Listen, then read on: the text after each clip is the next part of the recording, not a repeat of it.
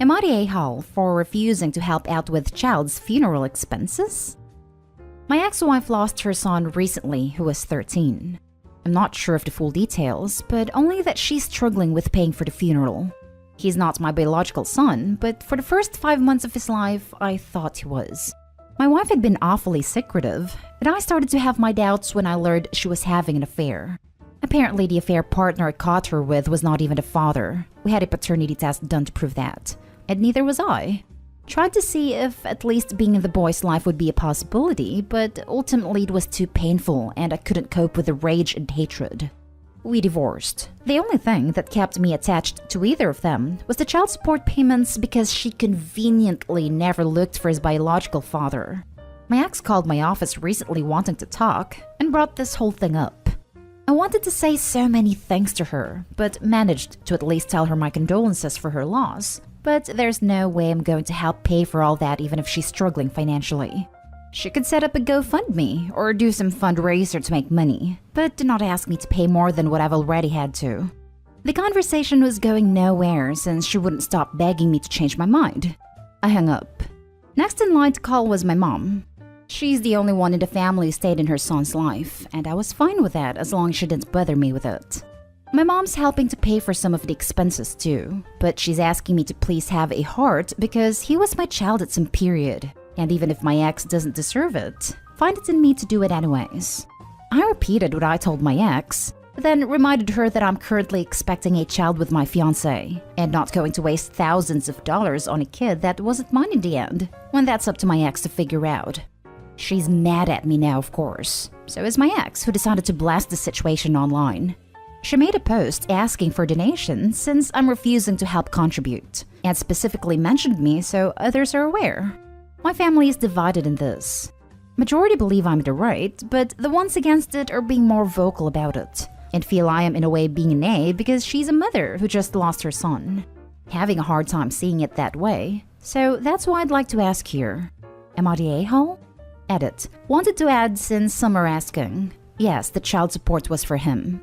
That was the decision the court made in the end since I had been playing an active role in his life as a dad for months, and since I'm listed on the birth certificate as his father.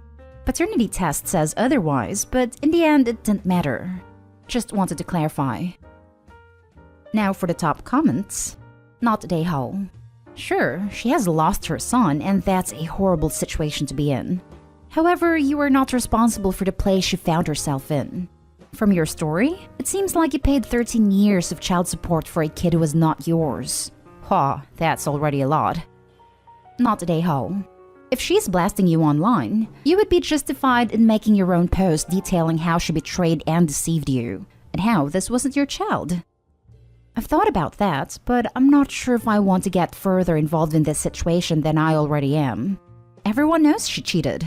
They all know her son wasn't mine, and that I wasn't involved since. OP, follow your instincts and don't make a post. There's no situation where you put a grieving mother on blast and look like the good guy. Not the a-hole. You spent 13 years paying child support for a child that wasn't yours. I think you've paid your share. Anyone who thinks you should pay has the ability to open their wallet and make a contribution themselves. This right here. OP has no more responsibility or investment in this situation than literally anyone else on this planet. Anyone saying OP should pay needs to open their wallets and contribute first. Charity starts at home. Nobody will though. Funny how quick people are to try and spend somebody else's money for them. Not the a-hole. Did I read this correctly? You were paying child support even though a paternity test showed you were not the father. My heart goes out to anyone who has lost a child. But you have no legal or moral obligation to help pay for anything. And for her to put you on blast for it is not right. She's grieving, so please don't let it get to you. I would not engage her or anyone in any further conversations about this other than to state you are not the child's father and have no obligation to the situation. And if they feel so strongly about it, they can help her pay for it. Next story. Am I the a-hole for calling my mother out on social media for the real reason she didn't go to my sister's funeral? So last year, my 30 female sister 40 passed away suddenly, and because of the pandemic, we were limited to the number of people we could invite to the funeral. And as my sister's next of kin, the decision fell to me to choose who would come. We both went no contact with our mother when we moved out because of how she mistreated us, but I kept her on Facebook in case of family emergencies. So I informed her of my sister's death and that she wasn't invited to the funeral. It was a unanimous decision with the rest of the family that she wasn't to come, not just me. Now fast forward to yesterday, and I was scrolling through Facebook. It was the anniversary yesterday, and on my mother's wall was a post about how it was a shame she couldn't go to my sister's funeral. But because she was high risk, she decided not to go and allow someone else to go instead. I saw red and replied to the post about how she was lying and that she wasn't invited because of what she did to us, and that my sister wouldn't have wanted her there anyway, and not because she was high risk as she said. Her husband messaged me this morning saying I was a nahal, and now my mother is getting ostracized and her friends are ignoring her, and that I could have asked to take the post down in the PMs instead of being public. So Reddit, am I the a-hole? Not the a-hole. She made the thing public. Your response was in the same forum. Virtue signaling for sympathy to play the victim when she was in fact the abuser is just a continuation of the same behavior. That's the risk you take for internet karma when you make fake sympathy posts. Someone will call you out on it. Oh no. Your mother posted, expecting sympathy likes, playing the selfless grieving parent, and you shot her down in flames? Bravo. It seems like she's been lying to her friends. It has been exposed by her own arrogance. Not the a-hole. I'm sorry about your sister. I hope you're doing okay. I was in a bad place yesterday. Also realized I shouldn't have gone on Facebook, but lessons learned. I'm doing better though. I've calmed down now and feeling better. You returned the pain to sender. Well done. Let her keep it, and you can breathe again. My condolences. Not the a-hole, just not the a-hole. She mistreated you guys, then lied on Facebook about not being able to come because she's high risk. Not the a-hole. She knows you are friends on Facebook, so you have a chance to see her lies. She wants to lie and play stupid games. She gets to win the stupid prizes. Now for the next story. Am I the a-hole for snapping back at my stepsister when she asked if I was going to name my daughter after her grandma? I, 26 female, am not close to my step-family. I have a good relationship with my mom, but that's about it. I have 3 step-siblings. Kate, 26 female, Peter, 24 male, and Laura, 18 female. The reason I say I'm not close to them is I'm not close to any of them and never was. Their grandma / my stepfather's mother died a couple of years ago, and they were all very close to her, and Kate was especially so. I'm 6 months pregnant with a girl, announced on Facebook for all those not close to us a week ago. Said we had a name and would not be revealing in the comments in response to someone. 2 days after the post, Kate and I are at my mom at her dad's house, where she comes up to me all annoyed and says, "I'm not naming my kid after her grandmother, am I?" This came out of nowhere.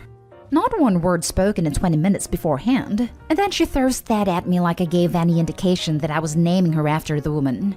I snapped back, why would I name my child after her stepsister's grandmother? That she had no reason to think I would ever do that. Curious saying, good. It's not your name to use, and then my stepfather getting pissed that I would talk to his daughter like that, but mostly say what I did about his mom. He seems to believe I should want to use his mom's name for my kid. My mom told them there was no need to fight about this, and she and I weren't close, so it makes sense I wouldn't think of using the name. He still thinks I'm a prick though.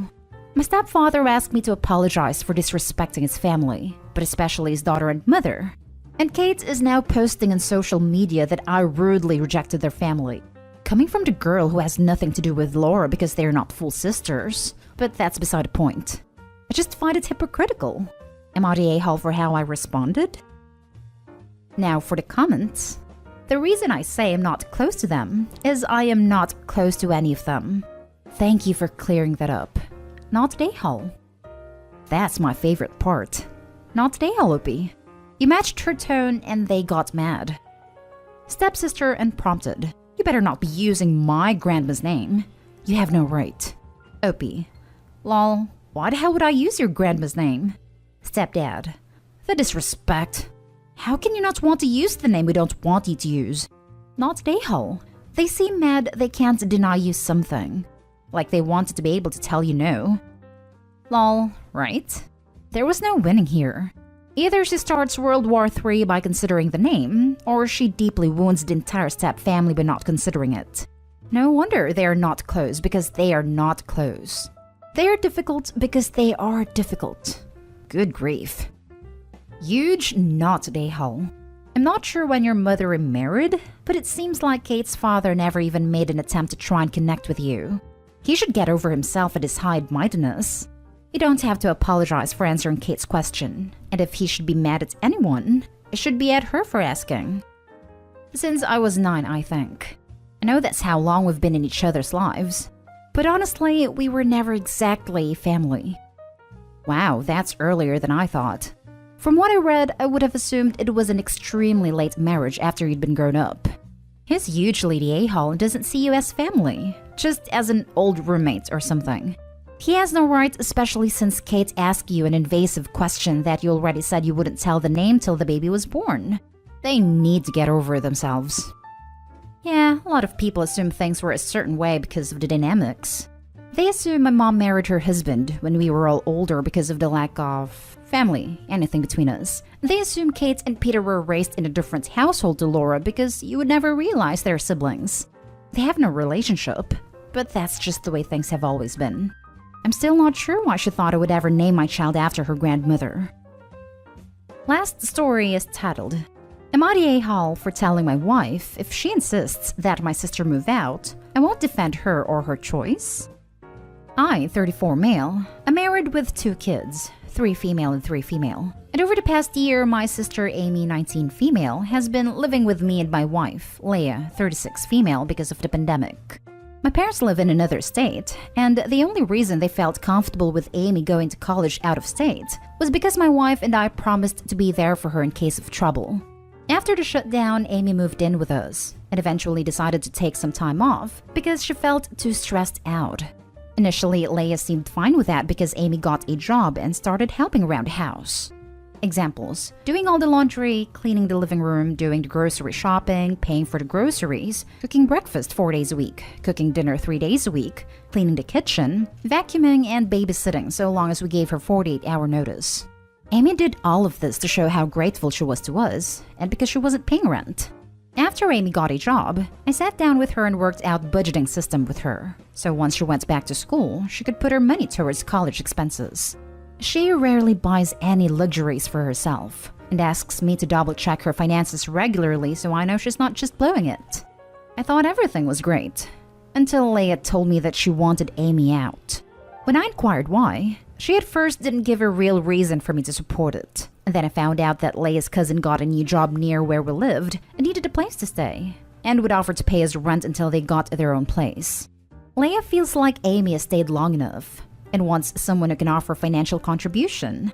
I told her that I didn't support this decision and would not be kicking my baby sister out when she's putting in the work to better herself. I was upset and said that if she wanted Amy out, then she'd have to tell her herself, but warned her that my parents would see her as greedy and not expect me to defend her. Now Leah isn't talking to me, and after a couple of days I need to ask, am I the a-hole? Edited to add. Forgot to add, sorry. But yes, I did run Amy paying rent by Leah as a compromise. However, Amy barely makes above minimum wage, and even if she factored in paying rent, it wouldn't be nearly as much as what Leah's cousin is offering. Also, it hasn't been explicitly said, but it looks like Leah's cousin will pay rent but not help around the house. At most, just clean up after themselves. Not the a-hole. Your sister was not leeching. In fact, she contributed a lot to the household by doing all the chores you listed. It might cost way more to hire someone to do all that for you than your wife's cousin would potentially pay in rent. So financial argument is sort of invalid. Exactly. Unless the cousin is going to be paying enough rent to cover the house payment, or the entire rent payment if Opie's renting, but then they will be worse off if Amy's told to go. All the stuff she's doing is allowing Leah to get a nice break from all that stuff. I would let Amy live with me rent-free too, if she was doing all that and I don't even have small kids for babysitting duty. Not the a-hole. Also make sure she knows that if she kicks out your sister, that you won't allow her cousin to move in. If she tries to argue that this is her house too, then respond exactly. It's our house. Neither of us gets unilateral control over what happens. If you have the right to nix my sister staying here, then I have the right to nix your cousin staying here. This right here. I really hope more people see this comment. It's not right for her to be able to make those kinds of decisions on her own. If she doesn't want a sister, great. But if he doesn't want a cousin to live there, then they can't. They both have to agree on who lives in their house, not just her. If she can veto someone, he can too. Not a-hole. Your wife is committing familial harakiri. Absolutely not. She will alienate your whole family forever over a few bucks. Just no. Not a-hole. You're not even straight up telling her no.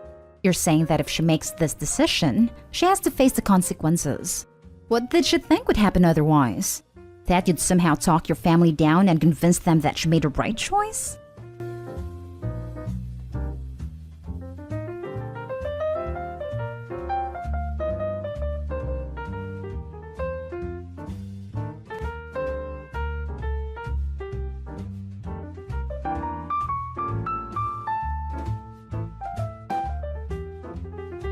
Update. Am I the a-hole for not caring about the company image after my boss stole from me?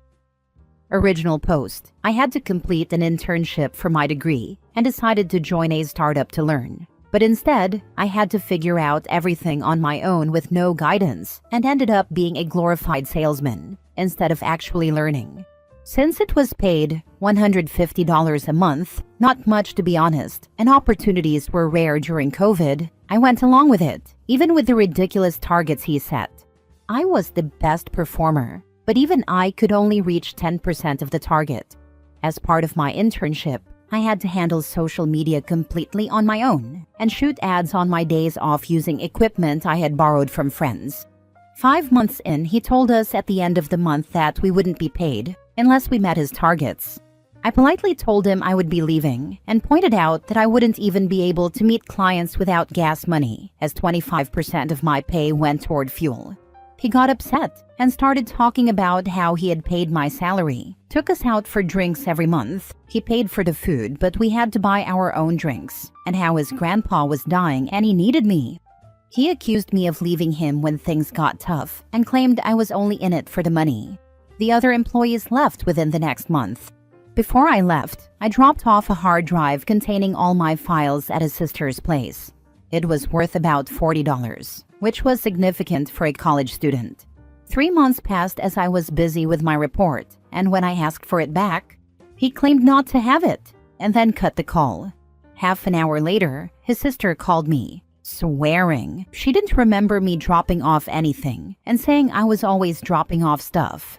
He then told me I had sent the files over email, which was a lie, as I had text messages proving he had specifically asked me to drop them off at his house. He then argued that even if I had given it to them, it was my responsibility to come and take it back. He went on about how little my work meant to him anyway, and that it wasn't worth a penny of his time. Unfortunately, apart from a screenshot, I didn't have any proof that I had given them the hard drive. I told a few of my friends about the situation, and they started commenting on the company's Instagram, asking him to return it, calling him a bad boss, and saying the product was terrible. Many of them had actually bought it for my sake. The Instagram page is very small, barely 200 followers, so any comments stand out. Now he's calling me, demanding that I take down the comments because they're hurting the company's image, and accusing me of using him and never caring about the company. He's also threatening legal action for slander. Am I the a-hole for not caring about the company's image? Should I tell my friends to back off? Now for the top comments before reading the update. Not the a-hole. I get your frustration and it seems like a bad company. Just one question, because I'm a little confused. Did his sister work for the company? No, she didn't. The company was run out of his house, with the ground floor acting as the office. I gave it to her because he wasn't at home at the time. Sorry for the confusion. Honestly, still not the a-hole, but not the brightest in hindsight to give company stuff to someone who doesn't work for the company. Just a life lesson, I guess, but doesn't change my judgment. Absolutely. Hindsight is 20/20. I guess I've always been too trusting. I will definitely not repeat this mistake, and I'll make sure to document everything if a similar situation ever comes up. I count myself lucky that I got off this cheaply and that there weren't any important files on the hard drive. Okay, so your boss steals your personal belongings, tells you that you will not be paid, and then tries to guilt you into working for free? No, you are not required to care about the company's image. In fact, feel free to throw on their information about how he is trying to get you to work for free if you would like. Not the a-hole. Also, you mentioned that at the end of the month he said he wouldn't pay you for your work. Does that mean he is refusing to pay you for the time you already worked? Because that is literal wage theft, and you should report it as such. Looking back, I should have, but at that point, I was relieved to have an excuse to finally quit with minimal conflict. Besides, I didn't even have a formal contract or anything. I was getting paid through his personal Google Pay. I'm not even sure if that allows me to file for wage theft, since there's no documentation. I'm mainly worried about getting sued, to be honest. I'm finishing my degree in a couple of weeks, and don't want to be dealing with this while I should be applying for jobs. Don't worry about getting sued. Owner sounds too disorganized for that. Also, he'd have to explain how not only he didn't pay you, but it cost you out of pocket. Instead, take this as a lesson learned and go forth and prosper. Thank you. I asked my lawyer friend, and she advised to send a mail to the official email ID requesting for the hard disk, with a screenshot attached just in case, so I can have some documentation as well. Now for the update. I'm so very grateful for all of your responses. I really did feel bad, not about the hard disk, but about him saying that all the work I poured into the company was worthless. All of you genuinely made me feel better, and I'm very grateful to everyone who took a moment to respond. After my friends had posted, I got a message the next day from his sister, who said I was being inappropriate and that it showed a lot about my character. I thought this was rich coming from someone who was either A, willing to lie to my face just to save her brother's ego, or B, so completely inept that she didn't even remember me giving her the only thing I had ever given her. I really had to resist the urge to respond, since my lawyer friend warned me that they might be collecting evidence against me. Later that night, around 10 p.m., my dad got a call from my ex-boss, threatening me with legal action. My dad, God bless him, didn't even know who he was, and told him he shouldn't be disturbing people at night before cutting the call. Only afterward, when my mom asked who it was, did she inform him that it was my ex-boss. My dad just shrugged and went back to scrolling memes, which gave me a mild chuckle. My mother then asked me about the situation, and I explained everything he had done. She ended up calling him, and my ex-boss ended up pleading with her to stop the Instagram reviews. He even offered to come over and talk to me. She pointed out the hurtful comments he made about my work and the unpaid salary, before cutting him off after saying she would see what she could do. She then sat me down and told me I could choose to bear a grudge or forgive him. She said it was my decision, but she felt it was pointless to carry on, since his company seemed doomed anyway. At this point, I guess I'd had enough as well, and I decided to cut him some slack. I asked my friends to knock it off and thanked them for their support. I didn't ask them to delete their comments. My ex-boss could do that himself. Afterward, the venture capitalist who was investing in the startup apparently heard about the incident, scolded my boss, and even offered to compensate me for the hard disk. He was well aware of my work for the company and was skeptical of my ex-boss's description of the event. I'm fairly satisfied with how things have turned out, and even more than getting my hard disk back, I'm just happy to have gotten some sense of closure. For a month after leaving the job, I hadn't really slept well and I found it difficult to talk to new people, which was odd for me since I was a complete extrovert before that. I'm hoping it'll get better with time and that I'll be back to my usual self soon. Once again, thank you all for your support. I never saw, but did you inform your college of what he did? They need to know so they can remove your old boss from the list of places to intern. Yes, definitely. Save the next poor bugger the trouble. Great. Did you get the compensation? Haha, yep. Got the money deposited last night. Nice. You should perhaps talk to the investor and see if they are hiring. I did consider it, but at this point, I want to put this whole thing behind me and start afresh. Your boss has no business sense. That ship will probably sink with or without your involvement. Next story. Update. Am I the a-hole for taking my friend to court after she kicked me out of the bridal party for cutting my hair? Original post. My best friend is getting married this June, and I am one of the bridesmaids. Her bridesmaid trip is set for the end of May in Chicago. We will be driving there, and the trip will last 4 days. However, I no longer want to attend. We have already booked the Airbnb, which was $176 per person, and I have paid my portion. Her demands for the wedding have gotten out of hand. The wedding itself spans 3 days, and we are required to have 3 different bridesmaid dresses, which have cost me $700, plus $200 for alterations. Makeup for the weekend is $225 per person, and I haven't even bought my shoes or jewelry yet. On top of that, she is requiring us to have specific hairstyles that would require hair extensions, which would cost me at least $200. Financially, this is becoming too much for me. I know I agreed to be her bridesmaid, and I will fulfill my duties during the wedding, but going to Chicago and spending all that additional money is something I am no longer willing or able to do. I won't be asking for my portion of the Airbnb back because that was a contribution I made willingly. I have yet to tell her that I won't be going to Chicago, but am I the a-hole for not going? Up until now, I have attended and participated in every way as a bridesmaid and have been there whenever she needed me, but this trip is just too much.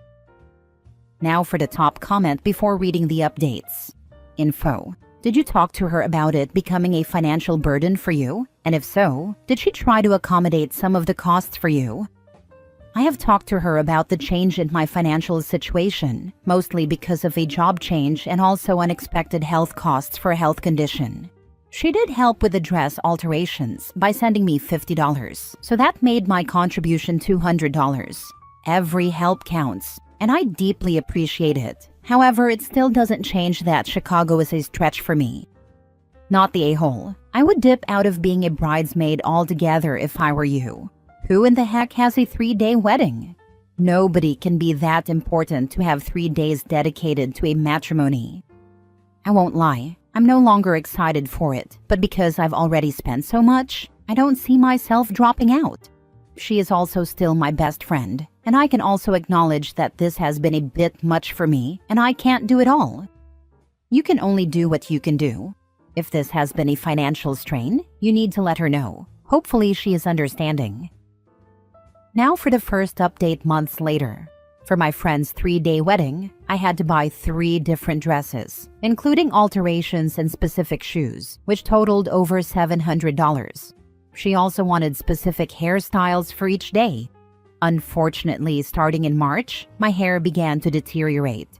Due to health reasons, my hair was falling out in chunks, and in May, I made the difficult decision to cut it. I told the bride about my decision 2 weeks before the wedding, and she didn't say anything negative at the time. The following week, she came over to my house, and just as she was about to leave, he brought up her concerns about my haircut. I reassured her that it would still look good, even though I wouldn't be uniform with the other bridesmaids. The next day, I received this message. After our recent conversations, I'd like to remind you of my boundaries. I've been very accommodating and graceful, but I can't allow you to disrespect me. As you know, my wedding has been something I've dreamt of for many years. My husband and I have invested a lot of money into the video and photos of this day, and as we reflect on this day in the future, we want to see our vision reflected in the memories. Since I asked each of you to be bridesmaids, I've been very clear and communicative in my requests. The timing of your decision to cut your hair and not inform me in advance is very upsetting to me. I would have felt respected if you had communicated with me more than a week prior to the wedding, so we could have worked together to find a collaborative solution. Your inconsistencies have concerned me, and while I sympathize with your health concerns, I'm not willing to compromise my vision to accommodate you or anyone else when you could have informed me in advance, and we could have found a better solution. Since this is something you can no longer fully commit to, I need you to please step down from participating in my wedding. This was 3 days before the wedding. I immediately sent her and her husband an invoice, asking them to reimburse me for the dresses and shoes, keeping in mind that one of the dresses is still in her possession, even though I paid for it. Neither of them replied, so I decided to take it to court. I was told I was inconsistent and selfish after I had spent the past 2 weeks helping her plan the wedding shower. I worked with another bridesmaid to surprise her with a bridal shower after our bachelorette trip had to be canceled. I spent hours helping her with wedding details. When she asked me to help her tone up before the wedding, I sent her a personalized workout program and even went with her to the gym to show her the ropes. When I agreed to be her bridesmaid, I was more than willing to oblige with what she asked, even if it required a lot of time and money. So, am I the a-hole for taking her to court because she kicked me out for cutting my hair? Not the a-hole. Should have had a lawsuit served to her at the altar. I'm an attorney. I know process servers who would do this without a single heartbeat change. Not the a-hole. Not one bit. I can't allow you to disrespect me. And then she turns around and utterly disrespects you and your friendship. What a horrible, heartless friend she is. You've done your absolute best to be involved with her wedding and bridal shower, and helping her so much in addition to paying hundreds for your dresses, etc., and she kicks you out because of your hair, for which you have an extremely valid reason for cutting. And even if you didn't, it'd still be absolutely ridiculous for her to do and say all this. I'm baffled. I can only imagine how you're feeling. All the best to you. Also, she sees her wedding as a vision. Lol, the delusion. Last update. This has been a long time coming. I've had a lot of people reach out to me asking about the results of the case. Unfortunately, I could no longer post comments on my previous post, so I figured I would wait until everything was finalized to update everyone all at once. In December 2021, I received a notification that a court date had been set for February 7th, 2022. The hearing would be virtual, and since it was small claims court, we would represent ourselves. I began gathering my evidence and created a virtual file, which I shared with the court and with her 7 days before the hearing. On the day of the hearing, she did show up. We were given the chance to settle, but that was unsuccessful. When we returned to the hearing, I found out that she had also made a virtual file with her evidence, but had never shared it with me. The court then made her send it over, and what a surprise I had. She had copied my entire format for presenting evidence. Keep in mind, this was a format I had created. She didn't even have the decency, or brain cells, to come up with something herself. The hearing proceeded, and we were both given the chance to share our sides. I won't go into the details, but the whole thing lasted about 10 to 15 minutes. In my state, they do not give you the verdict right away. It can take up to 90 days. And so, I waited, and waited, and waited, and waited. Then yesterday, May 5th, almost 90 days later, I finally got the verdict. I won. She has been ordered to pay me $808.94 for the dresses and shoes. I have to return 2 dresses and the shoes I still have to her. The verdict goes into effect on May 30th. I don't see her appealing it. Fingers crossed that she doesn't. All in all, I am very happy with the outcome and so ready to close this chapter. Thank you to everyone who has been so invested in this with me. I hope this was the season finale you were looking forward to. I'm so glad for you. In the first place, you had to cut your hair for health reasons, and your friend was more concerned about the vision of her perfect wedding than your health. I'm sure there could have been some solution, like hair extensions or a wig, if you had agreed to that. Instead, she just kicked you out. It's only right that you got reimbursed for all that money. Wigs are expensive, and so is installing them. In my opinion, this was a blessing in disguise. She wasn't interested in having a fun, loving wedding with friends and family. She was putting on a spectacle, a fantasy wedding where she wanted to portray perfection, kind of like a Facebook wedding. I can't imagine being part of a super scripted production would have been much fun.